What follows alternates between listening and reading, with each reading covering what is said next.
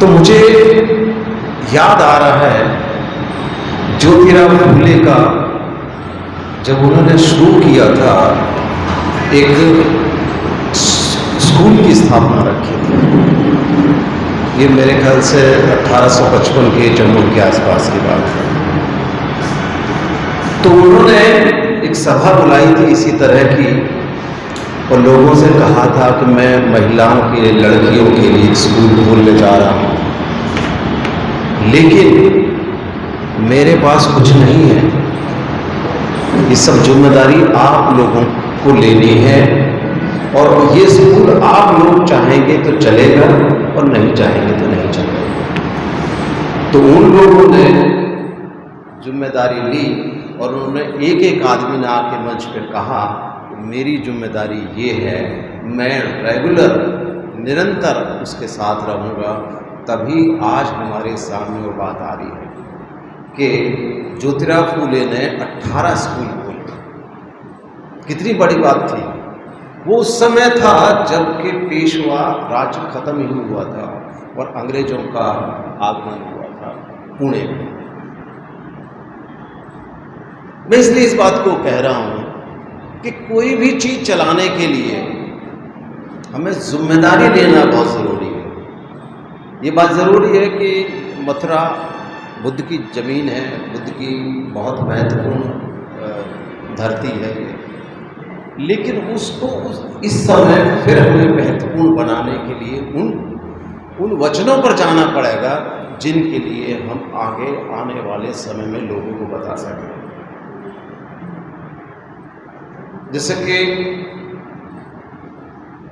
भास्कर जी का मैं ये आपको बताना चाह रहा हूं कि भास्कर जी जैसा संपादक आपको मिला है, ये बहुत ही महत्वपूर्ण काम है। नहीं तो जैसा कि उन्होंने जिक्र किया था, पत्रकारिता के क्षेत्र में जो लोग हैं उन्होंने जिक्र किया था कि बहुत सारी पत्रिकाएं पढ़ी हैं, लेकिन वो बात नहीं है जो डीप डिप्रेस्ड एक्सपर्ट्स के संपादकीय में है, जो 2 टुक में है। इसीलिए पत्रिका जिंदा है तो 6 साल तक, नहीं तो अभी तक ये पत्रिका खत्म हो जाती है जिस तरह से अभाव से चल रहा है। तो मैं आपको ये आश्वस्त करना चाहता हूं कि इसके लिए आप लोगों को जिम्मेदारी लेनी पड़ेगी। मैं 2-3 वो रखूंगा प्रस्ताव, उस पर आपको चलना पड़ेगा, तभी ये पत्रिका चल सकती है। पहले तो ये कि मथुरा से कुछ लोगों को निरंतर उस पर कुछ ना कुछ सहयोग, 1000 रुपये, 500 रुपये, 200 रुपये, 400 रुपये देना पड़ेगा, तभी पत्रिका चलेगी। ऐसे लोगों के नाम आपने आज देने हैं। जब तक वो नहीं होगा तो जरूरी बात यह है कि यहां से सहयोग नहीं होगा तो बाहर वाले सहयोग कब तक करेंगे, और करेंगे तो करेंगे वो, लेकिन फिर आपका योगदान क्या रहेगा। मैं ये इसलिए आपको कह रहा हूं क्योंकि कहते हैं ना, जैसे बताया था कि हम दिल्ली से चल के आ गए, आप मथुरा वहाँ से गाजियाबाद से चल के आ गए, और आप लोग 1 बजे तक इकट्ठे हुए। ये बात है कि जब तक आप लोग नहीं इकट्ठे होंगे, आप लोग इसका महत्व नहीं समझेंगे, आप लोग इसकी ज़रूरत नहीं समझेंगे, तो कैसे हम आगे बढ़ सकते हैं। और जैसा कि मेरे से पूर्व वक्ताओं ने बताया कि पत्रिका या अखबार या कोई भी एक कागज़ भी लगा लो, वो एक तरह से चिंगारी फैलाने का काम करता है। वो विचारों का निरंतरता बनाए रखने का काम करता है। तभी हम लोगों के अंदर नवीनता देखते हैं, विचारों का आदान प्रदान देखते हैं, विचारों का मंथन देखते हैं। वो मंथन जरूरी है, क्योंकि मंथन के बिना हम आगे नहीं बढ़ सकते। हम मंथन देखेंगे राजनीति में, हम मंथन देखेंगे समाज के अंदर, धर्म के अंदर और परिवार के अंदर। जब तक हम उन चीज़ों को सही तरह से आकलन नहीं करेंगे तो कैसे मूल्यांकन कर सकते हैं। तो मेरा एक तो ये, दूसरा ये है कि सदस्य बनाना तो है, एक आदमी की जिम्मेदारी होनी चाहिए सदस्य बनाना, लेकिन सदस्यता से जरूरी है हमें अनुदान की जरूरत है। सदस्यता से कितना होगा? पिछले 6 साल में चली आ रही थी पत्रिका, अभी इस महीने से 30 रुपये की है। मैंने कई बार कहा था इनको, मैं कि भाई कैसे चलेगा? बोला इतना खर्चा आता है, इतना बढ़ जाता है। मैं कहा नहीं, आपको पैसा वो लेना चाहिए जिसमें कि हमारे पास कुछ फंड रह सके। हम हर महीने उससे मांगते रहें, इससे मांगते रहें, तो उससे क्या होगा? पहले तो हमारा दिमाग ही खराब रहेगा कि यार पैसे कैसा कहाँ से आएगा। मुझे लग रहा है शायद इस महीने की पत्रिका का भी याद रहा होगा। अभी पत्रिका आपके बीच नहीं आई है ना, क्यों नहीं आई? वो कारण यही है। तो उस कारण को देखना, हम चाहे आप अपने जेब से कितने, आप स्वेच्छा से कहिए कि स्वेच्छा से करिए कि भाई आप भास्कर जी ने अकाउंट नंबर दे रखा है, वैसे भी आपके घर रहते हैं, तो उनको वो सौंप दो पैसा। वो आपका पैसा नहीं है, वो उनका पत्रिका का पैसा है। ये आपको निर्णय लेना पड़ेगा, क्योंकि आपकी जिम्मेदारी है। मैं इसलिए कह रहा हूँ कि जिम्मेदारी से यदि किसी का आदमी भागेगा तो फिर उससे कोई मतलब हम उसे आदमी नहीं कह सकते, एक जिम्मेदार आदमी नहीं कह सकते, एक सामाजिक नागरिक नहीं कह सकते, एक सभ्य सामाजिक नहीं कह सकते। सभ्य सामाजिक होने का मतलब जैसे हम अपने बच्चों के लिए, परिवार के लिए खाना लाते हैं, उनके लिए दाल रोटी सबका इंतजाम करते हैं, ऐसे ही हमें मान के चलना पड़ेगा कि हमारा इन बच्चों में एक ये पत्रिका का भी हमारा पारिवारिक संबंध है। उस संबंध को आपको निचोड़ना, ये आपकी जिम्मेदारी है। जब तक वो नहीं जोड़ोगे तो कैसे पत्रिका चलेगी? एक तो बात। दूसरा, मैं इनसे बात कर रहा था एक भास्कर जी से, मैंने भास्कर जी ऐसा है वो तो चल जाएगा, लेकिन हमें कुछ लोगों को चिन्हित करना है। जैसे बताया कि हमारे यहाँ करोड़पति भी हैं और लाखपति भी हैं, तो उनको हमें चिन्हित करना पड़ेगा। और चिन्हित करके आप 4, 5, 6 लोग जाइए, अकेला मत जाइए, सामाजिक लोग जाइए और उनसे कहिए कि ये पत्रिका हमारे मथुरा से चल रही है और आप मथुरा के सम्मानित व्यक्ति हैं, तो आपको इसको अनुदान करना चाहिए। उन्हें समझाइए। यदि आप अनुदान नहीं करेंगे तो फिर आपका अस्तित्व कुछ नहीं है।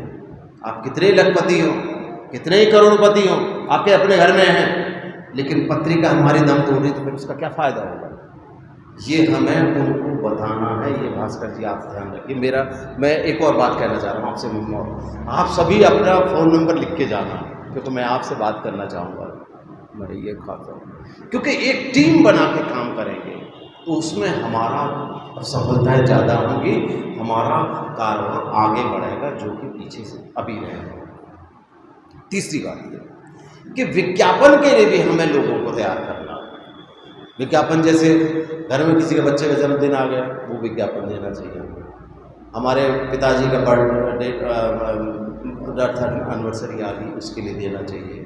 या हमारे बहुत सारे लोग शादी का कहते हैं, शादी एनिवर्सरी में, और बच्चे का कोई नया जन्म हो रहा, तो ये भी हमें करना चाहिए, तभी हम पत्रिका को कर सकते हैं। ये हमारी पारिवारिक जिम्मेदारी है। इसके साथ ही मैं चाहूँगा भास्कर जी को अटेंशन देते हुए कि एक हमें साधारण लोगों से भी लेना चाहिए। साधारण लोगों से कैसे?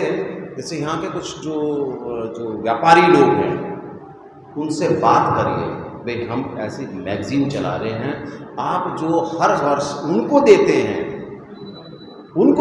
चंदा, हम तो हमारी पत्रिका 6 साल से चली आ रही है, हमें भी चंदा दीजिए, हमें भी वो विज्ञापन दीजिए। वो अलग देगा, वो अलग चीज़ है, लेकिन क्योंकि यदि वो मना करेगा तो फिर हम अपनी पत्रिका में लिख सकते हैं कि उसने हमें इसलिए नहीं दिया कि हमारे से वो नफरत करता है। तो ऐसी बदनामी मेरे ख्याल से कोई लेना नहीं चाहेगा। मैं सही ये इसको बात मान के चल रहा हूँ, तो हमें ऐसा भी प्रयोग करना चाहिए, क्योंकि प्रयोग से ही कुछ चीज़ें हासिल होती हैं, प्रयोग से ही हम आगे बढ़ सकते हैं, प्रयोग से ही हमारा जो भी ये इकट्ठा हो सकता है। इसके साथ ही मैं एक और सुझाव देना चाहता हूँ, खासतौर पर इस पत्रिका के लिए, कि पत्रिका को एक प्रकाशन भी खोलना चाहिए। प्रकाशन कैसे खोलना चाहिए? जैसे हमारे बहुत सारे लोग हैं जो कविता लिखते हैं, कहानी लिखते हैं, गज़ल लिखते हैं, वो दूसरे कहीं से छपवाते हैं, तो बजाय इसके हम एक खोल करके डिप्रेस एक्सप्रेस का प्रकाशन खोल करके हम उनसे कम पैसे में जितना भी हम कर सकें तो वो एक खोल लें तो मेरे ख्याल से ज़्यादा ठीक है।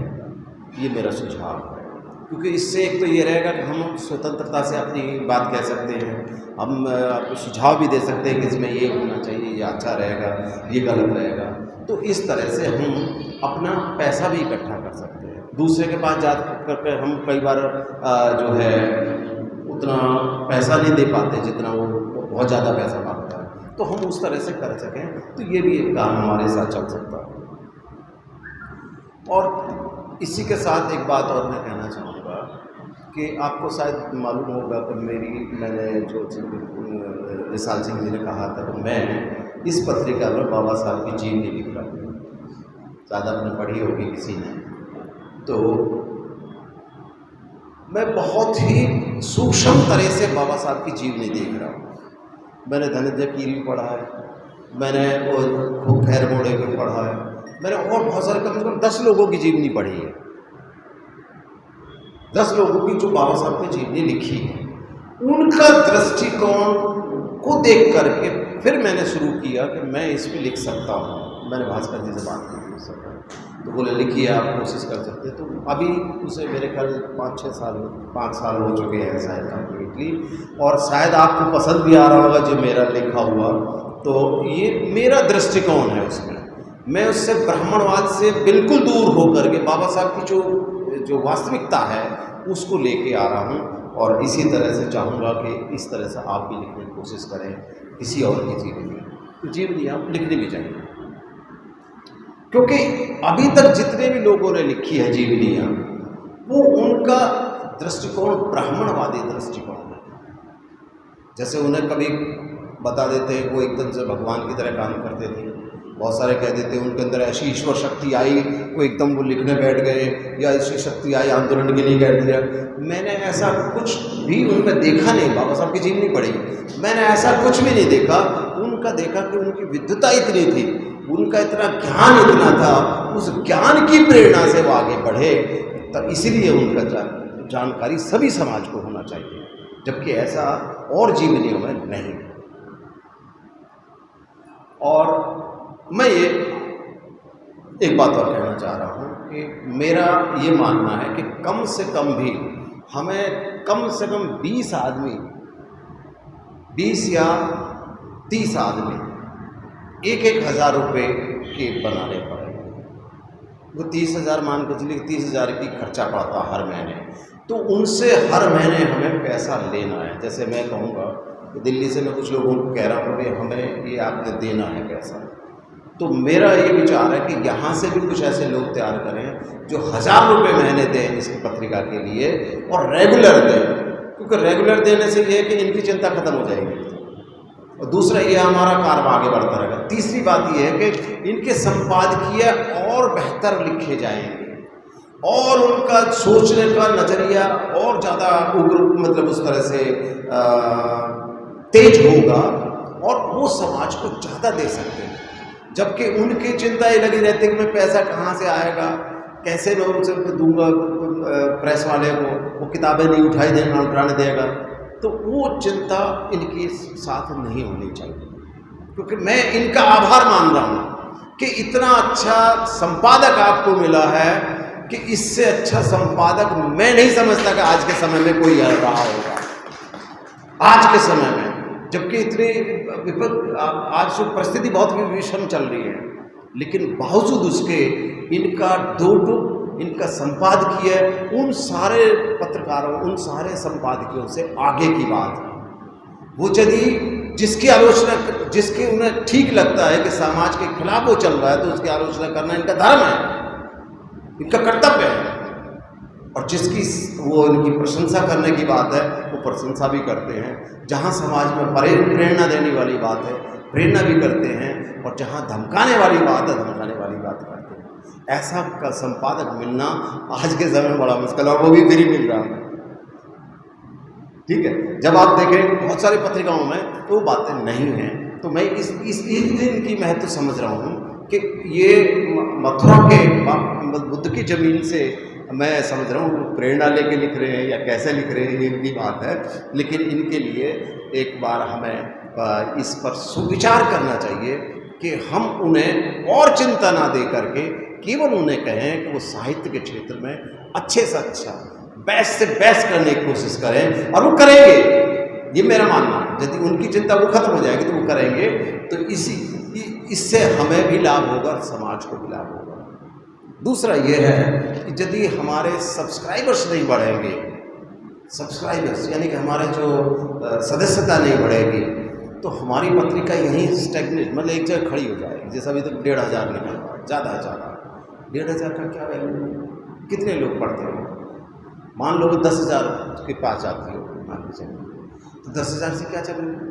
जहाँ पत्रिकाएँ इतनी लाखों बिक रही हैं, अखबार लाखों बिक रहे हैं, हमारी 1,500 की पत्रिका।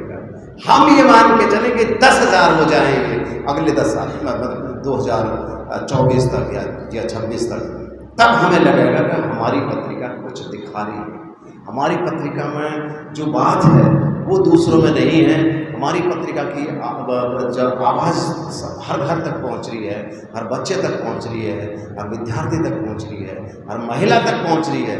जब तक हमें वो सोचना बड़ी बात है, तो इसके लिए भी हमें प्रयास करना पड़ेगा। प्रयास आप ही लोगों ने करना है। मैं फिर आपके बात बता रहा हूँ, आपके कंधों पर भार ज़्यादा है। आपके कंधों पर भार इसलिए ज़्यादा है क्योंकि आप यहाँ से मैगजीन निकालते हैं, पत्रिका मथुरा से निकल रही है।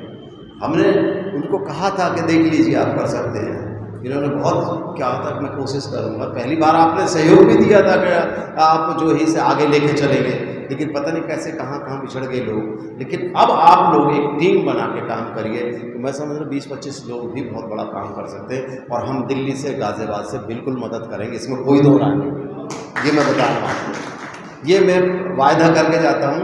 दिल्ली से जितनी मदद होगी, गाज़ियाबाद से जितनी मदद होगी, और भी प्रदेशों में, इसके बाद हम चाहेंगे कि और प्रदेशों में इसके सम्मेलन किए जाएं। केवल मथुरा, गाज़ियाबाद, दिल्ली नहीं, दिल्ली में तो हुआ नहीं प्रोग्राम। जब तक इनके सम्मेलन नहीं होंगे, महत्व नहीं बताया जाएगा, तब तक उसका प्रचार प्रसार नहीं होगा। क्योंकि पत्रिका प्रचार प्रसार से आती है, पत्रिका विचार प्रसार से आता है, तो ये ज़रूरी है।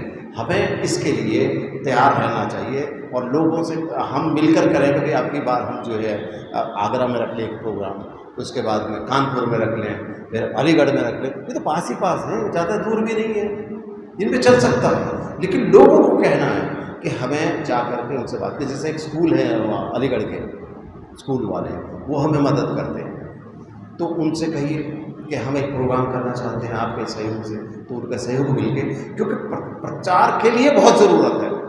बिना प्रचार कोई भी चीज़ बात सामने नहीं आ सकती, ना किसी का सुनाई नहीं सकता, इसलिए जरूरी बात है। तो मैं बहुत ज़्यादा तो नहीं बोल गया तो मैं ये चाहूँगा कि इस पर आप तत्परता से लग जाइए। तत्परता ये ज़रूरी है, हमारी जागरूकता ही ज़रूरी है, तभी हम पत्रिका का आगे ले जा सकते हैं। और आपने मुझे मौका दिया यहाँ आने का, मैं दिल्ली से आया, तो आपने सुनने का भी मौका दिया, मुझे बात करने का मौका दिया। मैं बात भी करना चाह रहा था आपसे, सच बताऊँ, काफ़ी दिन से हो गया था। तो आपका एक बार और धन्यवाद। इस खबर को देखने के बाद क्या है आपकी राय, नीचे दिए गए कमेंट बॉक्स में दीजिए अपनी राय। ऐसी तमाम बड़ी खबरों को देखने के लिए जुड़े रहिए हमारे साथ समता टुडे पर। खबर अच्छी लगे तो लाइक कीजिए और शेयर कीजिए, और हाँ, चैनल को सब्सक्राइब कर घंटे वाली बटन को दबाना ना भूलिए। फिर आते हैं आपके बीच कुछ खास खबरों के साथ, तब तक के लिए नमस्कार, जय हिंद, वंदे मातरम, जय भीम।